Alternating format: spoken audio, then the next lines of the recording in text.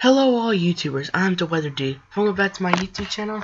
Thank you all for tuning back into my presentation for January 20th, 2019. If you are new to watching my channel, I welcome you. This is a channel where we learn about the weather, where we have a great time learning about all the facts and learning new discoveries about weather. So if you're new and watching my channel, welcome. So today I'm going to talk about how cold will it get in the eastern United States behind Winter Storm Harper. But before I get started, this is just my Google Plus page. Okay, like I said, my videos are all on here as well as my sledding videos. So if please just consider clicking the +1 button there and sharing all my posts as well as this one. So we're gonna get started here with this website called Venusky. So it's kind of like windy.com if you ever heard of it before. Okay, it's got like a lot of temperature maps and snow cover maps. So that's kind of what we're gonna analyze today. I'm sorry if this map acts a little glitchy. It does act a little slow at times, so just bear with me here. So this is our surface temperatures, okay? And we're going to skip ahead because it is now 1 o'clock, okay? And I'm also going to show you windy.com as well. So right now, our temperatures, if you live in, say, Philadelphia right now, is at 39 degrees. Wilmington is at 39 degrees. Okay, nation's capital is a little bit cooler at 37. But you see these areas on the bay, like the Chesapeake Bay, you're at 50 right now, so that water is going to influence your warmth. See, we're at freezing here. Newcastle County there, 42 at Dover. Down the Delaware shores, it's in the low 40s, mid 40s around the Jersey Shore. But this cold is going to come in, it's going to come in fast. So if there's any standing water on those roadways, maybe like an hour or two from now, all that water is going to start to freeze. Here's why. Here we go, 2 o'clock. And those bridges are going to ice before the road actually does. Okay, so Bel Air, Maryland, you're seeing just above freezing now. Baltimore is at 35.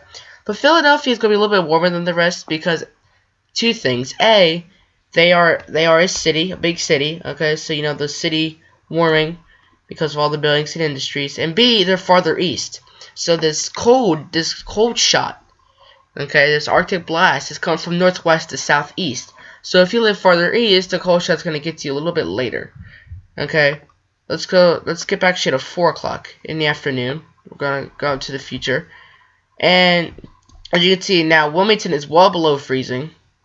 Philadelphia is sub-freezing, around 30.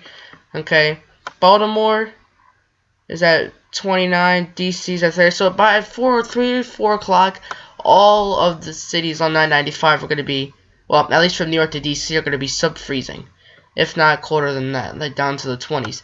But it's not just down 95 we're worried about. Even Pittsburgh, say, we're in the teens. Maybe in the mountains, like near Poughkeepsie, could be at the single digits. Adirondacks could be in the negatives. Okay, a place like Boston's in the mid-20s by 4 o'clock. So temperatures are going to fall throughout the afternoon as opposed to falling through the night. And if you do notice, we got this stiff northwesterly wind. Okay, and these winds are going to be very powerful. Okay, which is what I'm actually going to show you right now.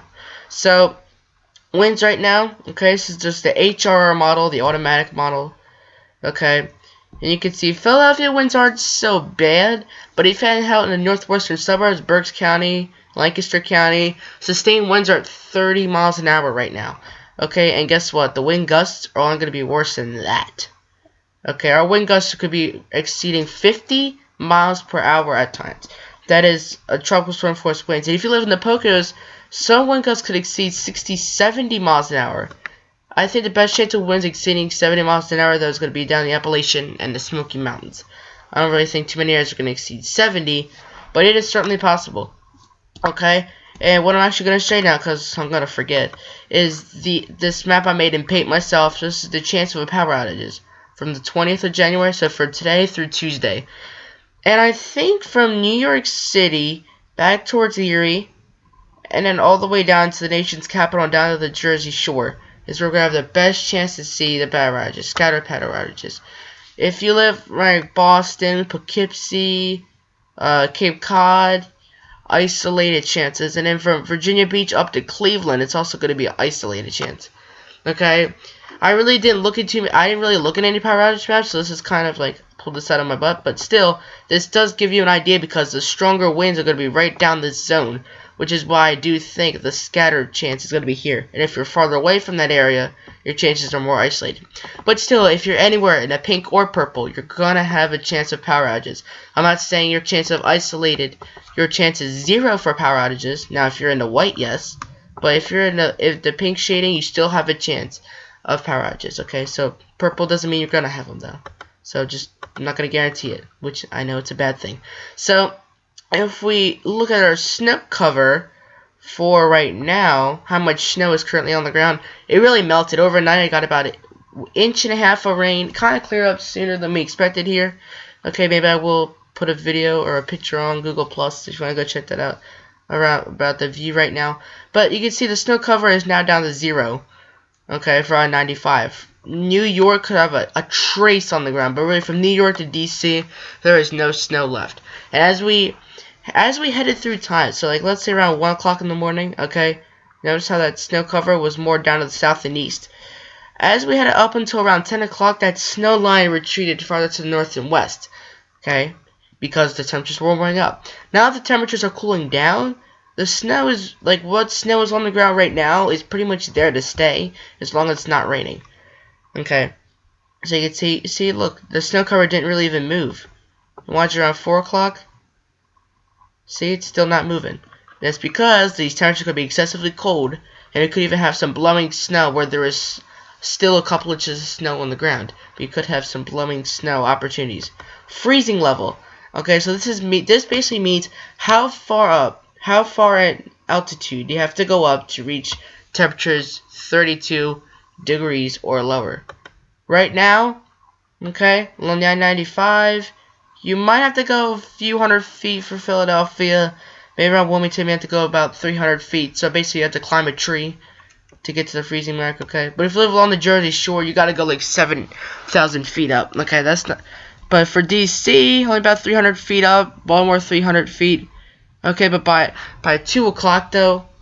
Okay, sorry if the wind's making noise in the background. But by 2 o'clock, okay, I think all the cities on the I-95, with the exception of New York City, are going to be, the freezing level is going to be at the surface. Again, New York City is farther east. This Arctic blast is advancing from northwest to southeast, so you can see it.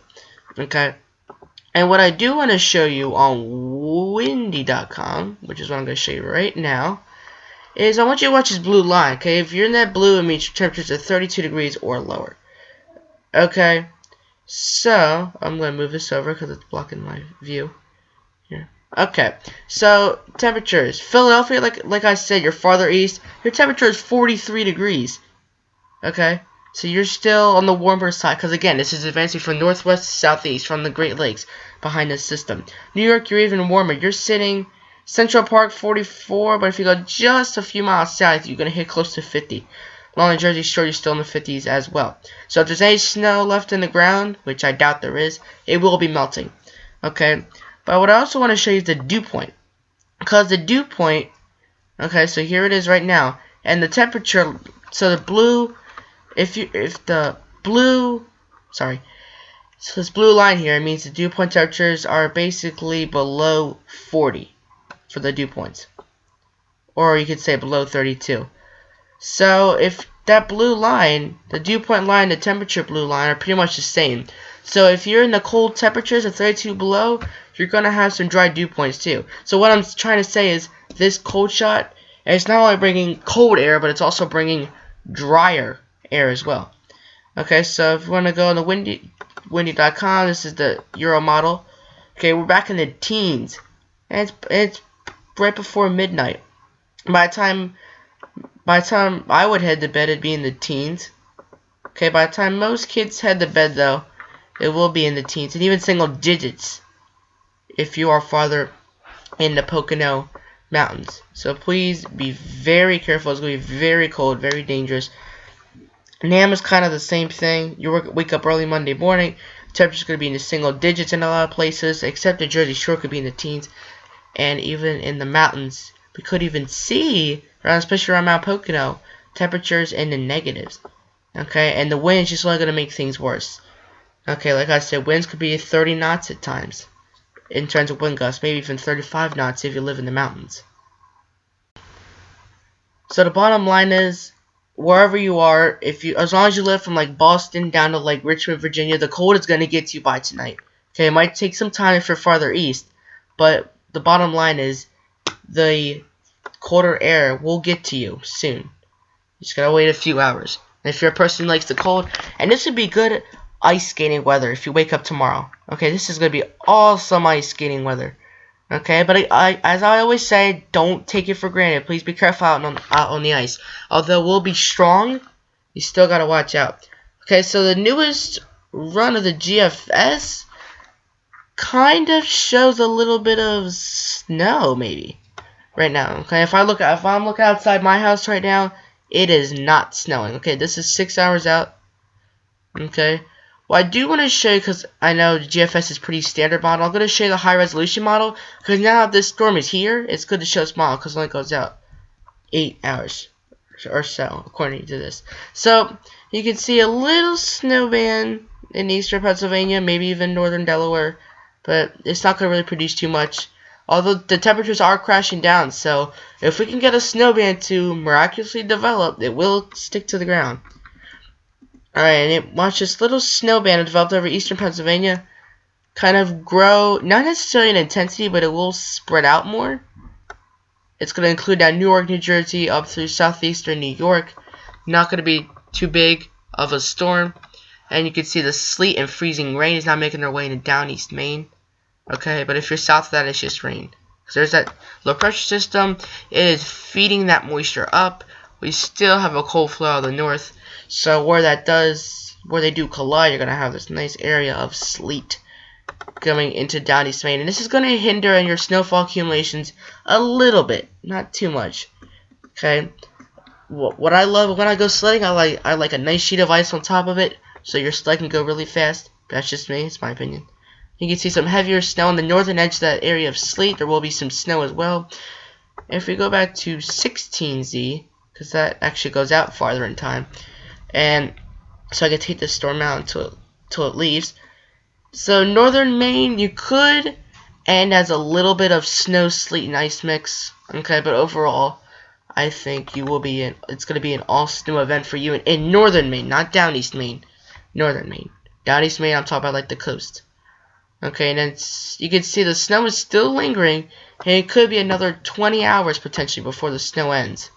But the snow from here on out, especially like as you head the next few hours, is going to be particularly light. And one thing we also have to watch, with that steady northwesterly wind, we could see a little bit of snow and rain bands develop off the coast of the northern Atlantic, like off the coast of Virginia and New Jersey, like well off the coastline, like not near the shore, but I mean like well out in the Atlantic. But if you happen to be sailing, I don't know if you're sailing or not, but there's always one. But if you are sailing out there, just watch out for a little rain or snow shower. Nothing too harmful by any means. So the RGM model. Okay, here's another model to look at. So if we take it all the way back to 1 hour, okay, it does show some steady rain and some ice. Now, this isn't right now. Okay, we're probably right now sitting at around 15Z. That would be our current time. I really am not good at converting this 15Z into time, but we are sitting around 15Z right now. And look at these heavy snow bands they have setting up for central Maine and the Canadian Maritimes, maybe southern New York. Could even see some heavy snow bands. But the bottom line is, by the time this storm is going to pull out, okay, we could see another very heavy snow band setting up for northern Maine. Look at that. Oh, let me redraw that. So that is a very steady band of snow, and the reason is that low pressure system, that red number you see above there, as long as that goes down, that means the pressure is going down, the storm is strengthening.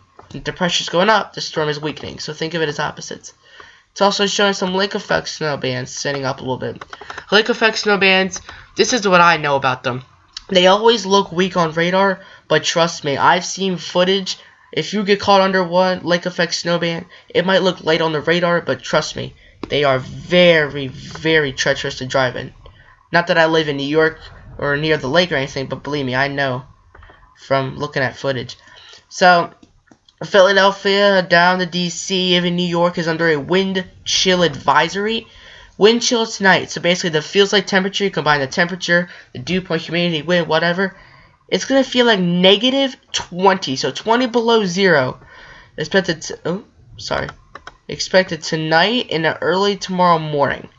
Okay. And the wind chills Monday night and Tuesday morning could be as low as negative 15 or negative 20 as well. Okay. So cold wind chill could cause frostbite in as little as 30 minutes. Okay, but with this kind of wind, it could cause them as low as 10, 20 minutes, maybe even 25 minutes. But it doesn't matter. Just don't go outside anyway, okay? Don't go outside for 10 minutes and think you're going to be fine. It's going to be cold no matter how long you are outside. Okay, Climate Prediction Center. Again, I'm not sure because I know one of my last videos was titled Spring Outlook, so I'm not sure if I actually gave the Spring Outlook. But here it is. So this is like late winter and early spring.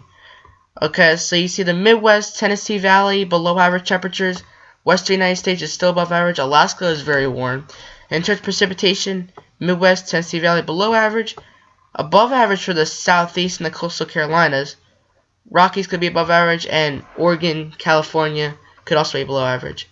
And Alaska could even be above average temperatures. As far as the month of February goes, ooh, made it bigger, okay. So we're going to have some cold temperatures from the Gulf Coast all the way up to about Marquette, Detroit, Michigan, Western United States, Alaska. You are still going to be warm. Okay, so please take this cold seriously.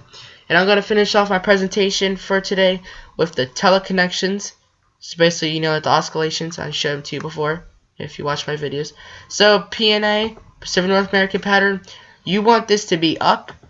Okay, and we do have that, but it's going to go down over time. The oscillations are really not on our side lately, which is why this storm is going to be mostly on the rainy side.